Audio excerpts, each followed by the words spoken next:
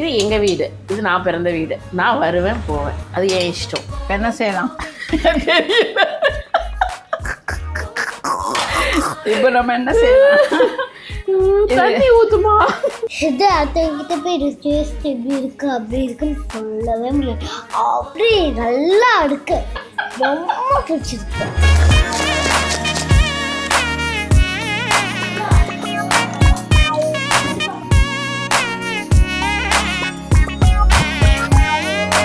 Hi, அஸ்ஸலாமு அலைக்கும். எல்லாரும் எப்படி இருக்கீங்க? நாங்கள் ரொம்ப நல்லா இருக்கோம். நீங்கள் நல்லா இருக்கீங்களாமா? அஸ்ஸலாமு அலைக்கும். நல்லா இருக்கேன். நீ குக்கரில் பிரியாணி செய்கிறது எப்படின்னு நிறைய பேர் கேட்டிருந்தீங்க ஆக்சுவலாக கமெண்ட்லேயும். உங்களுக்காக இன்னைக்கு வந்து அம்மா வந்து குக்கரில் வந்து பிரியாணி செய்ய போகிறாங்க. எவ்வளோ அளவில் செய்ய போறீங்கம்மா? 3/4 கிலோ 1 கிலோ அளவில். 5 பேர் தாராளமாக சாப்பிட்ற மாதிரி. நான் பெரியவங்கன்னா 5 பேர் தாராளமாக சாப்பிடலாம். 1 கிலோனா 5 பேர் தானே. அதான் ஒரு வேளைக்கு சாப்பிடலாம். ஸோ சிக்கன் பிரியாணி இன் குக்கர் பார்த்துடலாமா? ஏன்டி இப்போ எங்கேருந்து இந்த தவணெலாம் எடுத்தீங்க? சிக்கன் பிரியாணிக்கு சிக்கன் எடுத்துக்காச்சு 1 கிலோ அளவுக்கு. வெங்காயம் 1/2 கிலோ, தக்காளி 1/2 கிலோ, கொத்தமல்லி 1 கட்டு, கொத்தமல்லி 1 கட்டு எடுத்துக்கோங்க. புதினா 1 கைப்பிடி அளவு, ஒரு 6 மிளகாய். இந்த மிளகான்றதுனால 6 போதும். அதே கொஞ்சம் நீட்ட மிளகான்னா ஒரு 8 போட்டுக்கலாம். Okay okay. இப்போ வந்துட்டு சிக்கன் பிரியாணி மட்டும் தான் செய்ய போறீங்களா? சிக்கன் பிரியாணி சிக்கன் 65 செய்ய போகிறேன். சிக்கன் 65 செய்யறது எப்படின்னு காட்ட போறீங்களா? ஆமாம் ஆமாம். நல்லா தண்ணி வடிச்சிடணும். 1/2 கிலோ சிக்கன் அளவுக்கு எப்படி பண்ணுறதுன்னு காட்டுறோம். உப்பு இதுக்கு நல்லா தேவையான அளவு நல்லா கொஞ்சம் சுருக்குன்னு போட்டுக்கோங்க, அப்போ தான் நல்லாயிருக்கும். ஸோ ஃபஸ்ட்டே வந்து உப்பு போட்டுறணும் கரெக்டாமா? ஆமாம். இப்படி பண்ணிவிட்டு இதுக்கு வந்து தயிர் ஸ்டெப் பை ஸ்டெப்பாக அம்மா சொல்கிறாங்க. அந்த ஸ்டெப் கரெக்டாக நீங்கள் ஃபாலோ பண்ணிங்கன்னா சூப்பராக சாஃப்டாக வரும். ஓகே. தயிர் தண்ணி இல்லாமல் பார்த்துக்கோங்க. இது மாதிரி கெட்டியாக 1 ஸ்பூன் போடுறேன். 2 ஸ்பூனு எல்லா சிக்கனையும் பிரட்டிடுங்க. ஹீரோ ஆஃப் தி இது. ஆமாம். இந்த ஸ்பூன் இருக்குல்ல, இதில் வந்து இப்படி எடுத்துக்கோங்க. 2 டீஸ்பூன் ஃபுல்லாக போடுங்க.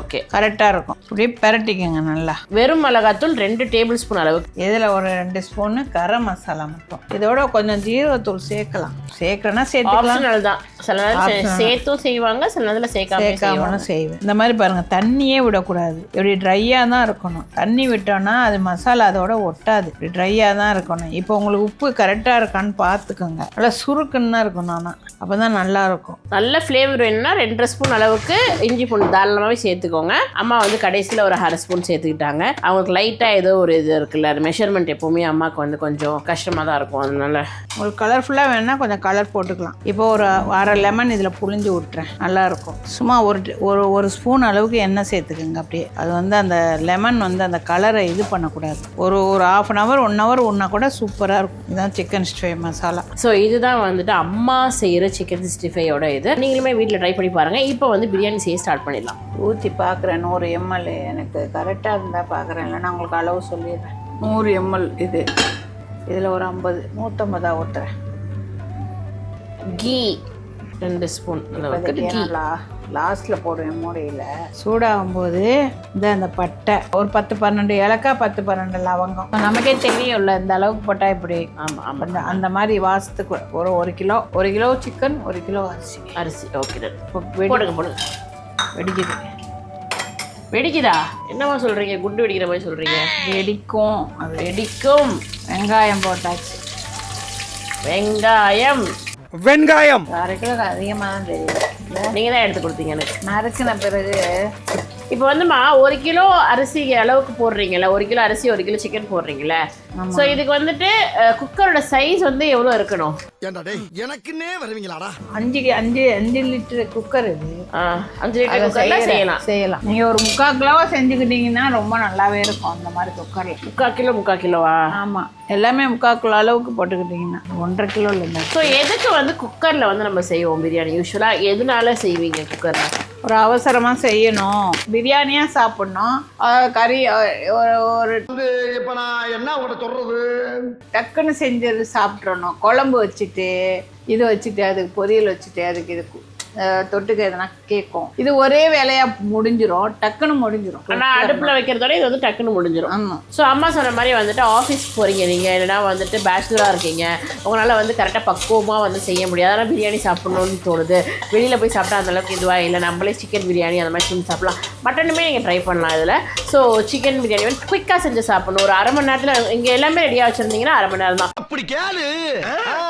சொல்லுடைய கருப்புட்டி தாங்கவே உம்மையில கொடுக்கல உம்மா. ஸோ நாளைக்கு ஆஃபீஸ் போகணும்ல, நாளைக்கு ஸ்கூலுக்கு அனுப்பணும் பசங்களை. ஸ்கூலுக்கு வந்து லஞ்சுக்கு வந்து இதை வச்சுடணும்னா நீங்கள் நைட்டே நீங்கள் எல்லாமே ப்ரிப்பேர் பண்ணி வச்சிட்டிங்கன்னா அடுத்த நாள் காலையில் எல்லா டிஷ்ஷை விட நீங்கள் எந்த இது செஞ்சாலும் அதை விட ஈஸியாக செய்கிற விஷயம் தான் இது. ஸோ டெலிஷியஸாகவும் இருக்கும், பசங்களும் ரொம்ப விரும்பி சாப்பிடுவாங்க. ஆஃபீஸ் கொலீக்ஸ்க்குமே வந்துட்டு ரொம்ப ஜாலியாக இருக்கும் நீங்கள் அப்படி எடுத்துகிட்டு போனீங்கன்னா. ஸோ இதை கண்டிப்பாக ட்ரை பண்ணுங்கள், ரொம்ப சூப்பராக இருக்கும். பிரியாணின்னா எப்படி இருந்தாலும் இது வேகணும், நல்லா இது ஒரு நிறம் மாறணும். இது வெங்காயம் அது மட்டும் தான் டைம் எடுக்கும், அது மட்டும் தான் டைம் எடுக்கும். நம்ம விருப்பம் தான், அரிசி கூட கொஞ்சம் கம்மியாக போட்டுக்கலாம், இல்லைன்னா சிக்கன் கூட கொஞ்சம் கம்மியாக போட்டுக்கலாம். நம்ம அது எவ்வளோக்கு அதிகமாக போடுறோமோ மீட்டு அந்த அளவுக்கு டேஸ்ட் கிடைக்கும். அதுவும் ஒரு டேஸ்ட் தான். ஆமாம், சிக்கன் பிரியாணியில் வந்துட்டு இருக்க மீட் வந்து நாங்கள் சாப்பிட மாட்டோம், அதனால் வந்துட்டு சிக்கன் வந்து கம்மி பண்ணிடுறோம்னு சொல்லி சொன்னீங்கன்னா கண்டிப்பாக டேஸ்ட் வராது இல்லைம்மா? ஆமாம் ஆமாம், ஒரு கிலோ அளவு வச்சு, ஏன்னா அது 1.5 கிலோ பேக்கெட் இல்லைம்மா? ஆமாம்.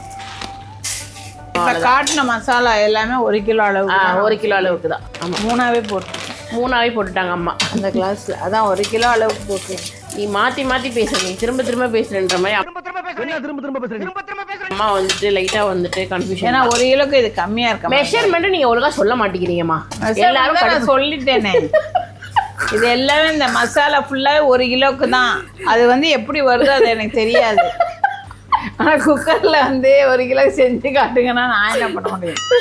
குக்கர்லாம் பெருசாக தேவைப்படும். 1 கிலோலாம் செய்ய முடியாது. ஒரு 1/2 கிலோ செய்யறதுன்னா சூப்பராக அப்படியே நல்லா இருக்கும். நான் அரிசிலாம் கொஞ்சம் இதுவாக வரும், புது புதுன்னு அப்படியே வரும். அப்போ இது 10 சொல்கிறீங்க அது குக்கரு?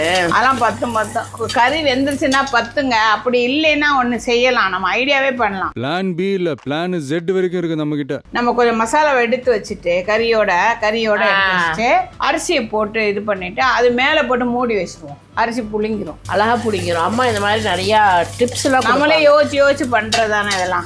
இந்த மாதிரி டிப்ஸுக்கெல்லாம் வந்துட்டு அம்மாவை வந்துட்டு அம்மாவோட வீடியோ, அம்மா வர வீடியோஸ் பாருங்கள். அம்மா வர வீடியோஸ் மட்டும் பார்க்காதீங்க, அடுத்தடுத்து நான் மட்டும் தனியாக இருக்க வீடியோஸும் வரும். ஸோ அதுவும் பாருங்கள், கண்டிப்பாக பாருங்கள். சொல்லிட்டேன். சப்ஸ்கிரைப் பண்ணிட்டீங்களா? சப்ஸ்கிரைப் பண்ணிக்கோங்க. இந்த வெங்காயம் மட்டும் வதங்குச்சுன்னா சும்மா டப்பு டப்பு டப்பு டப்பு டப்பு டப்புன்னு எல்லாத்தையும் முடிச்சிடலாம்மா. இதில் 100 தயிர் எடுத்திருக்கேன். 100 தயிர் இப்போ வந்து வெந்துருச்சா? வேகலை. 1/2 கிலோ தக்காளி வேகலை. தக்காளி வேணுமா? தக்காளி நறுக்கிடலாமா? இது 1/2 கிலோ தானே? இது மொத்தமாக எல்லாமே போட்டுடலாம்ல, எல்லா தக்காளியும் 1/2 கிலோ அளவு தானே அது. போட்டுருவோம். நீ என்ன இப்படி இருக்கு? உடஞ்சிருச்சா அழுகி இருக்கா? உடஞ்சிருக்குன்னு நினைக்கிறேன், தெரியல. கர்ம நல்லாதான் இருக்கு ஸ்மெல். இது எல்லா தக்காளி தானேம்மா? 1/2 கிலோனா 1/2 கிலோ தக்காளி கழுவிட்டு வந்துட்டேன். எப்போவுமே வெஜிடபிள்ஸ்லாம் நானே நடிக்கிறேன். வா, என்னம்மா இப்படி பண்ணிட்டீங்க? டக்கு டக்குன்னு வா. சில பேர் என்ன பண்ணுறாங்கம்மா, ஃபர்ஸ்ட் ஒரு அளவு சலசிடுறாங்களா, அப்புறமா ஊற வைக்கிறாங்களே, அந்த தண்ணியை வந்து அந்த தண்ணியிலே வந்து கொதிக்க வைக்கிறாங்க. ஆமாம் தெரியும் தெரியுமா? அசிங்கப்பட்டான் ஆட்டோக்காரன். அப்புறம் வடிச்சு போடுறதுலாம் என்னன்னு சொல்றது? வடிச்சு தானே முக்கால்வாசி. அதுதான் அந்த பிரியாணி செம்மையாக வருது இல்லை. வடி தண்ணியிலே போயிருமே, அதுவும் கொதிக்க வச்சு வடிச்சு விட்றோம். இதெல்லாம் ஒரு பவுமானமா? பவுமானம், பக்குவம். பவுமானம்னா என்ன? பகட்டுன்னு சொல்லுவாங்கல்ல. பகட்டுனா இதெல்லாம் ஒரு பகட்டா? ஒருத்தவங்க ஸ்டைல் அதாவது இதெல்லாம் ஒரு அதிசயமானு சொல்கிற மாதிரி. ஓகே, இது அழுகுன தக்காளி தான். பகுமானம் தானே அது? இந்த தக்காளி தாங்க டென்ஷன் படுத்துது இப்போல்லாம். எதிர்பார்க்குற தக்காளியே கிடையாது மாட்டேங்குது. இந்த மாதிரி சிகப்பாக இருக்குது பார்த்தாலே வெறுப்பாக வருது. டொமேட்டோ சிவப்பாக தானே இருக்கணும். ஆரஞ்சு மஞ்சள் ஆரஞ்சு மாதிரி வரும். அதுதான் உண்மையான கட்டையெல்லாம் இருக்கு நாடு. அது காய். அது இப்போ வர்றதுக்கு நான் சொல்கிறேன், முன்னாலாம் வந்துச்சு சிவப்பாலாம். நாட்டு தக்காளி ஐயோ நம்ம இதை கவனிக்கல. சக்தி கருவுது பாரு. அடுப்பு ஒரு விஷம் அடுப்பு. ஐயோ, அதுல செஞ்சு சாப்பிட்டா நம்ம உயிரோட இருப்போமா? காமெடியா இப்படி பண்றீங்க? போலீஸை கூப்பிடுவேன். பெருநாள்லாம் எப்படிமா போச்சு உங்களுக்கு? நல்லா இருந்துச்சு. பிள்ளைங்கள்லாம் வந்து எல்லாம் ஒற்றுமை உணர்வோடு சந்தோஷமாக ஒன்றாக சமைத்து ஒன்றாக சாப்பிட்டு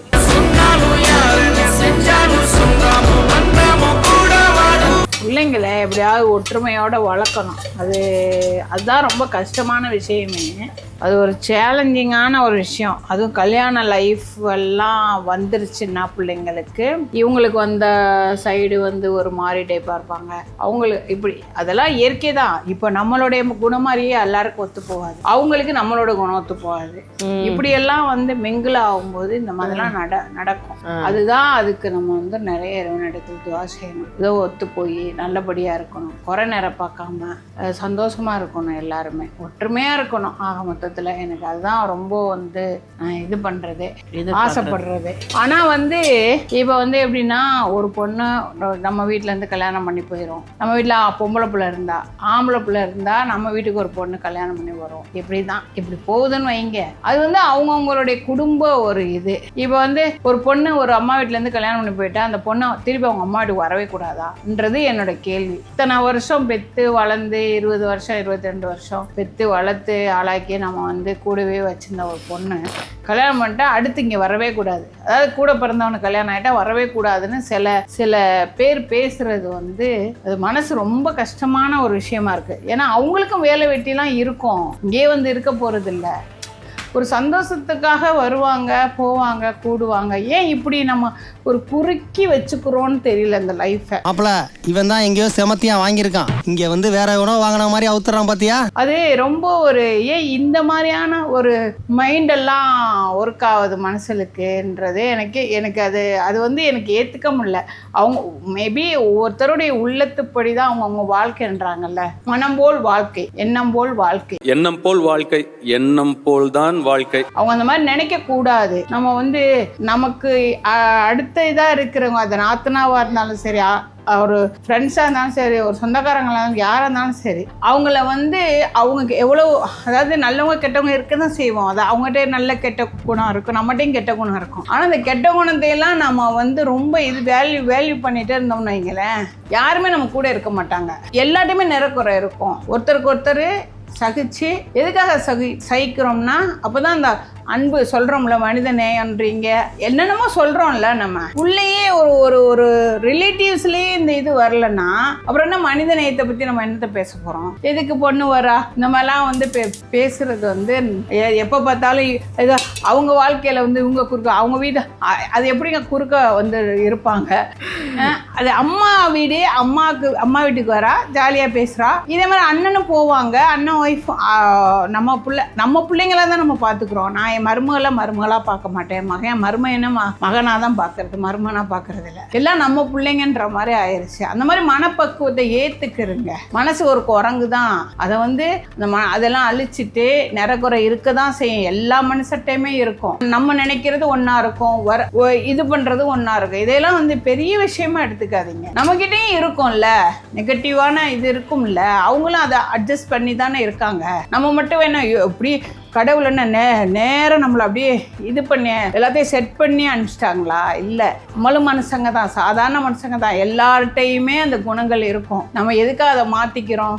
நம்ம வந்து இறைவனுக்காக நம்ம மாற்றிப்போம். இப்படிலாம் இது இறைவன் விரும்ப மாட்டான் இந்த விஷயத்தை, இது அந்த மாதிரி தான் நம்ம மாற்றிக்கணும். நம்மளும் மனுஷன் தான், நம்மக்கிட்டேயும் ஷைத்தான் உள்ள வேலை செய்வான். அதை நம்ம மாற்றிக்கிறணும். இந்த மாதிரி எப்படி கேட்குறீங்க, அடுத்தவங்களை எப்படி கேட்குறாங்க இந்த மாதிரின்றது தான் எனக்கு அதை வந்து இவ்வளோ ஒரு மாதிரியான அருவருப்பான ஒரு செயல். ஓகே சில் என்னன்னா அம்மா வந்துட்டு ஏதோ ஒரு கமெண்ட்டை பார்த்துருக்காங்க, ஏதோ டிஸ்டர்ப் ஆகிருக்காங்க, அதுக்காக பேசிகிட்டு இருக்காங்க. நீங்கள் எதுவுமே நினச்சிக்காதீங்க, யாரோ ஒருத்தவங்க பேசினாங்க, அதுக்கு வந்து பேசியிருக்காங்க.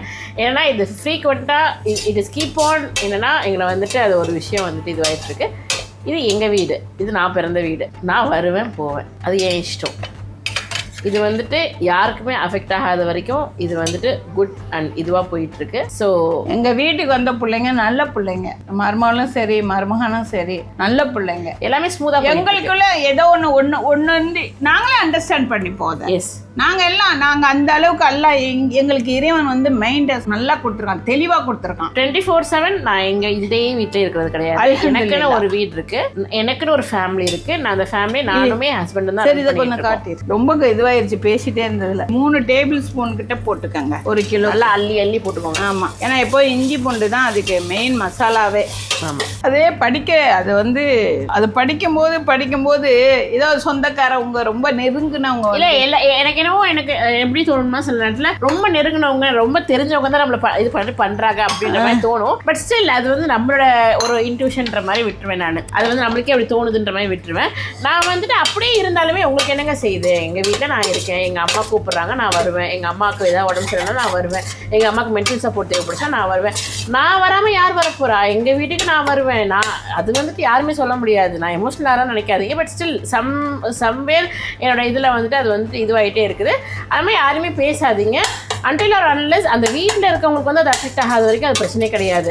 நான் வந்து இங்கே வந்து பாரமாக இல்லவே இல்லை. அது எல்லாருக்கும் எங்கள் வீட்டில் இருக்கவங்களுக்கு தெரியும். நான் உங்கள்கிட்ட சொல்லணுன்ற அவசியம் கூட இல்லைன்றது எனக்கு தெரியும். பட் நான் யாருக்குமே பாரமாக இல்லை. நானும் என் ஹஸ்பண்டும் சம்பாதிக்கிறோம். நாங்கள் எங்கள் ஃபேமிலி ரன் பண்ணிகிட்டு இருக்கோம். இதை சொல்லணுன்ற அவசியம் கூட இல்லை. நான் அப்படியே இங்கே வந்து இருந்தாலுமே யாருமே கேட்கணுன்ற இது கிடையாது. இங்கே இருக்கிறவங்க இங்கே உரிமைப்பட்டவங்க தான் என்ன கேட்கணும். ஸோ அது வந்து இந்த மாதிரி அம்மாவை வந்து ஹர்ட் பண்ணுற மாதிரி யாரும் மெசேஜ் கமெண்ட் பண்ணாதீங்க. பாவங்க எங்கள் அம்மா.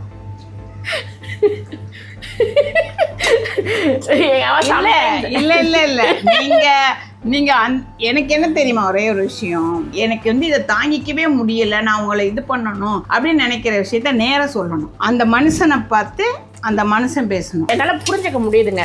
என்னன்னா உங்களால் அது மாதிரி பண்ண முடியல, இல்லைன்னா உங்களால் உங்கள் வீட்டுக்கு போக முடியல, நம்ம நல்லா பண்ண முடியலையே, இவங்க வந்து இவ்வளோ ஃப்ரீயாக இருக்காங்களே அப்படின்ற ஒரு விஷயம் கூட உங்களுக்கு வந்துட்டு கஷ்டமாக இருக்கும். அதுக்கு நான் ரொம்ப சாரியாக ஃபீல் பண்ணிக்கிறேன். கண்டிப்பாக வந்து உங்களோட லைஃப்பும் மாறும். கண்டிப்பாக வந்து நான் அதுக்கு ஃபீல் பண்ணிக்கிறேன். நம்மளோட லைஃப் நல்லபடியாக மாறணும்னா நம்ம எண்ணங்களை சரி பண்ணிக்கணும். இதுதான் என்னுடைய இது, எண்ணம் போல் வாழ்க்கை. இந்த புதினா போட்டுறேன் இப்போ. ஸோ இஞ்சி பூண்டுக்கு அப்புறம் அம்மா வந்து புதினா போடுறாங்க. இது கடைசியாக கொஞ்சம் புதினா போட்டுக்கலாம். அதுக்கு கொத்தமல்லி கொத்தமல்லி ஒரு கட்டு நறுக்கணும்ல, அது போட்டேன். இதை கொஞ்சம் நேரம் அப்படியே வதக்கலாம். இது அப்படியே வதக்கட்டும் கொஞ்சம் நேரம். அதான் 2 மினிட்ஸ் வதக்கணும். ஏன்னா நம்ம அப்படியே செய்கிறதுனால கொஞ்சம் உங்களுக்கு வேணால் போட்டுடலாம். ஆனால் தக்காளியும் போட்டுருங்க. ஆனால் தக்காளி கொஞ்சம் இது பண்ணணும், வதங்கணும், மசாலா இதுவாகணும். உப்போட அளவு மட்டும் நான் சொல்ல மாட்டேன் எப்போதுமே. என்னோட அளவு வந்து உப்பு நான் போட்டுக்கிறேன். கல்லுப்பு தான். இந்த டைமில் கொஞ்சம் போட்டோம்னா கொஞ்சம் தக்காளி வந்து நல்லா தண்ணி ஆயிரும், வதங்கிடும். கறியும் தயிரையும் போட்டுறேன். சிக்கன் பிரியாணி தயிரும் போட்டேன். இப்போ கொஞ்சம் கறிக்கு ஏற்ற மாதிரி உப்பு போட்டுறேன். இதை கிண்டி விட்றேன். இதே மாதிரி ஒயிட் பிரியாணியாக கூட செஞ்சு தரலாம் பசங்களுக்கு ஜாலியாக. ஆமாம் ஒயிட் பிரியாணி செய்யணும்னா அதுக்கு இஞ்சி பூண்டு போட்டுட்டு கொஞ்சம் தேங்காய், பச்சை மிளகா, தேங்காய் போட்டால் நல்லா இருக்கும். தேங்காய் பால் போட்டால் சூப்பராக இருக்கும். ஒன்று போடுறேன். நான் 2 டேபிள் ஸ்பூன் ஃபுல்லாக போட்டுருக்கேன். கால் டேபிள் ஸ்பூன். நான் அந்த மிளகா பிஞ்சிரும் சொல்லி இன்னும் போடாமல் இருக்கேன். கடைசியில் போட்டு நான் ரொம்ப காட்டமாக இருக்கும் அந்த மிளகா. குழந்தைங்க வேறு சாப்பிடுங்களா. பிரியாணியோடைய மெத்தடு இந்த வந்துருச்சா கலர்லாம். பால் எப்படி இருக்கு பாத்தியா? இந்த தக்காளி நசிங்கிச்சு பாரு. அவ்வளோதான். இப்போ உப்பு பார்த்துக்கலாம், காரம் பார்த்துக்கோங்க. தண்ணி ஊற்றிடலாமா? வேக வேணாம். ஆமாம் கோழி தானே. காரம் புளிப்பு நல்லா இருக்கா? சூப்பராக இருக்கா? நான் பச்சை மிளகா நறுக்கவே இல்லை, குக்கரில் போடுறதுனால பயமாக இருக்குது எனக்கு. ஏன்னா இது புல்லட் மிளகா வேறு. ஐயோ ஆமாம், குக்கருன்னு சொல்கிற, வெடிக்கும்னு சொல்கிற, எரியும்னு சொல்கிற, நமக்கு வந்து அப்புறம் புல்லட்டுன்னு சொல்கிறேன். ஆமாம் ஜெப்டல் எல்லாம் இப்போ என்ன மிளகா போட்டுருக்காங்க இந்த மிளகாயை? புல்லட் மிளகா தான். புல்லட் மாதிரி பாயுங்க. நீங்கள் சாப்பிடும்போது புல்லட் மிளகா வாங்கி போடுங்க, சூப்பராக காரம். புளி போதுமா? இது போடணுமே. பாதி போட ஒன்று போடவா? ஒன்று போடுங்க, பாதி போடுங்க. என்கிட்ட இப்படி கேட்காதீங்க. ஒன்றுதான் செய்ய தெரியாது நினச்சிப்பாங்க. புளிப்பு இருக்கான்னு பார்த்துக்கிட்டு போடணும்ப்பா. இல்லைன்னா புளிப்பு ஓவர் ஆயிரும். அதுக்கு சொல்கிறேன். நீ தானே பார்த்துட்டு உங்க அம்மா உங்ககிட்ட கேட்டுட்டு இருக்காங்க. அப்புறமா 1 கிலோ பிரியாணிக்கு 1 லெமன் போடுங்க. ஆனால் நீங்கள் இந்த மசாலாலாம் பண்ண பிறகு புளிப்பு எப்படி இருக்குன்னு பார்த்துக்கங்க. ஏன்னா சில தயிர்லையும் அந்த தக்காளியில புளிப்பு இருக்கும். ஆனால் இப்போ வர தக்காளியில வந்து இனிப்பு தான் இருக்கு, புளிப்பை காணும். அதனால நீங்கள் நாட்டு தக்காளியை வாங்கி போடுங்க. அதான் டேஸ்டாகவே இருக்கும். நாட்டு தக்காளி கிடைக்கும். தக்காளி செடி வளர்க்கும் போது மருமையை சொல்றாங்க புளியை கரைச்சி அதுக்கு ஊத்தணுமா தண்ணி, அவனா புளிப்பா வந்துருமா. இவ சாதாரணமான ஆள் இல்ல சாமி. இவ ரத்தத்துலயும் நரம்புலயும் வேற ஏதோ ஒண்ணு ஊறி கிடக்கு. சூப்பர். எல்லாரும் பார்த்துக்கங்க, கேட்டுக்குங்க, தெரிஞ்சுக்க புரிஞ்சுக்க. கரெக்டா இருந்தா புரட்டா கரெக்டா கேட்டுக்கங்க. என் மருமக எவ்வளோ அறிவாளின்னு இப்போதானே சொன்னேன். இப்போ வந்த மருமகனும் நல்லவங்கன்னு சொன்னேன். நல்லவங்க தான் சொன்னீங்க, அறிவாளின்னு சொல்லலையே. அறிவுத்தனமா இருந்தாதான் இப்படிலாம் நடந்துக்க முடியும். அதானே. அதான் இல்லைன்னா இப்படி நடக்க முடியும். அப்படி தெரியாது. இந்த மாதிரி நம்ம இது மாதிரி பேசிட்டு இருப்போம், நம்ம லூஸ் மாதிரி. அட பாவியலா, இப்படி தாண்டா அசிங்கப்படுறதுனா வாழ்க்கையில. அவங்கள சொல்லல. அசையாத மரம் ஒன்று உய்ந்தது கீழே. இல்ல அந்த கமெண்ட்ஸ் பண்றாங்க, அதுக்கு சொல்றேன். யோசிக்காம அதுக்கு அதை பத்தி தான் பேசிட்டு இருந்தோம் நாங்க நீங்க வர்றதுக்கு முன்னாலதான். ஆமா, ரொம்ப எமோஷனல் அம்மா பேசிட்டு இருந்தேன். டக்குன்னு தண்ணி ஊற்றி வேக வைமா, பசிக்குதுமா எனக்கு. பசிக்குதுன்னா சீக்கிரம் வரணும். சரி இந்த பாருங்கள், அந்த புளியை கொஞ்சம் ஊற்றி லெமனை கொஞ்சம் ஊற்றிடுறேன். ஒரு லெமனை ஊற்றி இது ஒரு 2 நிமிஷம். சரி 2 நிமிஷம் இல்லை, ஒரு 5 செகண்ட் வைங்க. இது 5 செகண்ட் 10 செகண்ட் இவ்வளோ மசாலா இருக்கா? இப்போ என்ன செய்யலாம்? இப்போ நம்ம என்ன செய்யலாம்? தண்ணி ஊற்றுமா? இந்த மசாலா கொஞ்சம் எடுத்து வச்சுப்போம் மேலாப்பில் போடுறதுக்கு. லாஸ்ட்டாக போட்டு மூடிடுவோம், நல்லாயிருக்கும். இந்த அரிசி ஒரு அந்த தண்ணி ஒரு கொஞ்சம் இதுவாகும்ல, மிளகாலாம் மேலே போட்டு. நீ ரொம்ப லேட்டாக பண்ணுறம்மா. ரொம்ப லேட்டாக பண்ணுறேன்னா புரியலையே எனக்கு.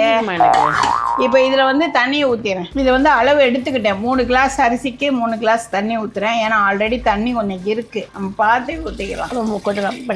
கொஞ்சம் கம்மியாகவே வச்சுக்கிறேன். ஒரு 1/2 கிளாஸ் தண்ணி நிறுத்தி வச்சுருக்கேன்.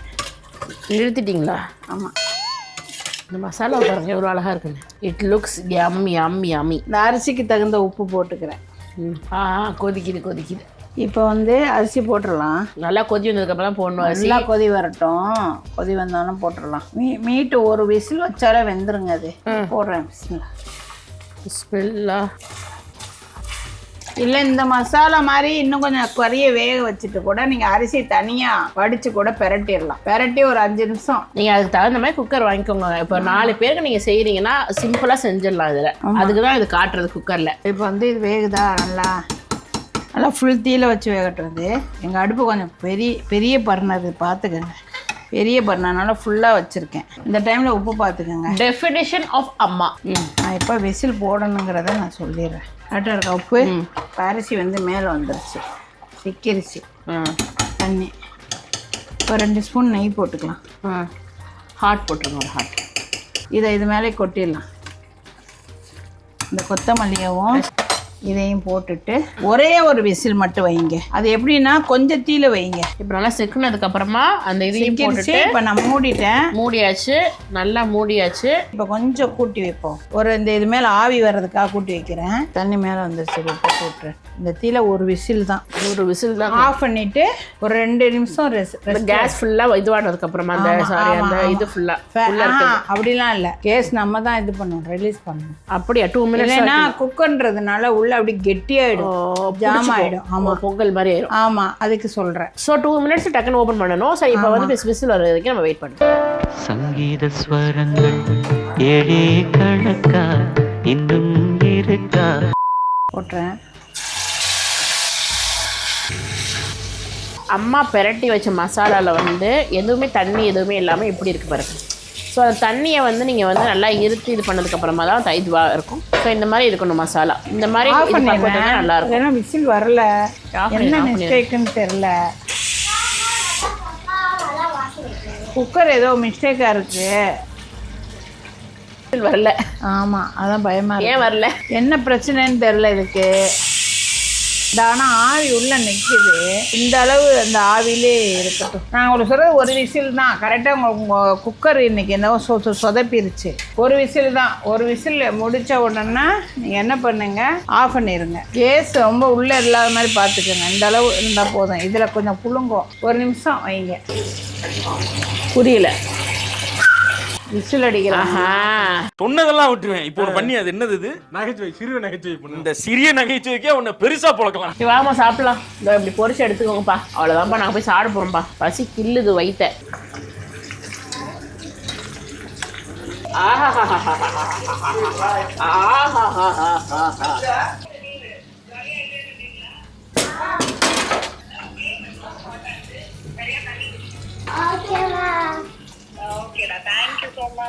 Hi ma'am, happy birthday. அப்புறம் நேற்றுலேருந்து சொல்லிட்டு இருக்காங்க, இன்னைக்கு விஷ் பண்ணணும் அப்படின்னு. ஆமாம் ஆமாம், அவள் அவள் நல்லா ஞாபகம் வச்சிருப்பா. தண்ணி தான் குடிக்கவே மாட்டேங்கிறாங்க மேம் 2 பேருமே. அதுதான் நீங்கள் சொன்னோன்னு தான் நான் கேட்டேன், அதனால தான் சொல்கிறேன் திரும்பி நான். Happy birthday ma'am. Okay ma'am, have fun. இப்போ எடுத்து காட்டிடலாம். என்னது? ஏன் பசிக்குது? பிரியாணி வாசம் வந்துச்சு. பிரியாணி வாசம் வந்துச்சு. போ. திறந்திர சீசே.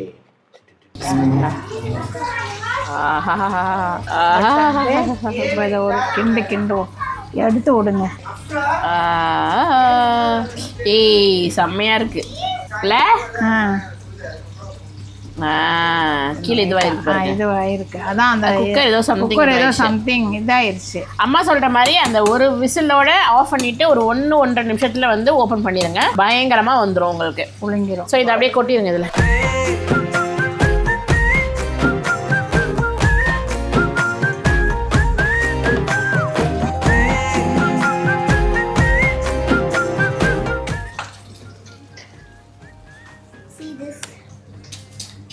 சாப்பிடு.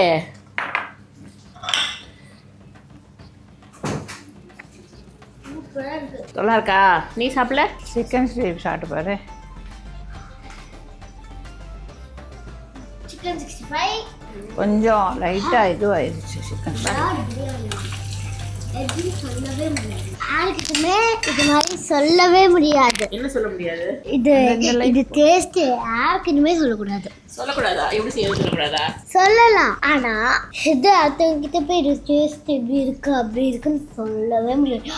அப்படி நல்லா இருக்கு, ரொம்ப பிடிச்சிருக்கு. சொல்லி புரிய வைக்க முடியாது, டேஸ்ட் பண்ணாதான் தெரியுமா எல்லாருக்கும். சிக்கன் 65 சூப்பரா இருக்கு. அம்மாக்கு தேங்க்ஸ் இல்லை. I really love it.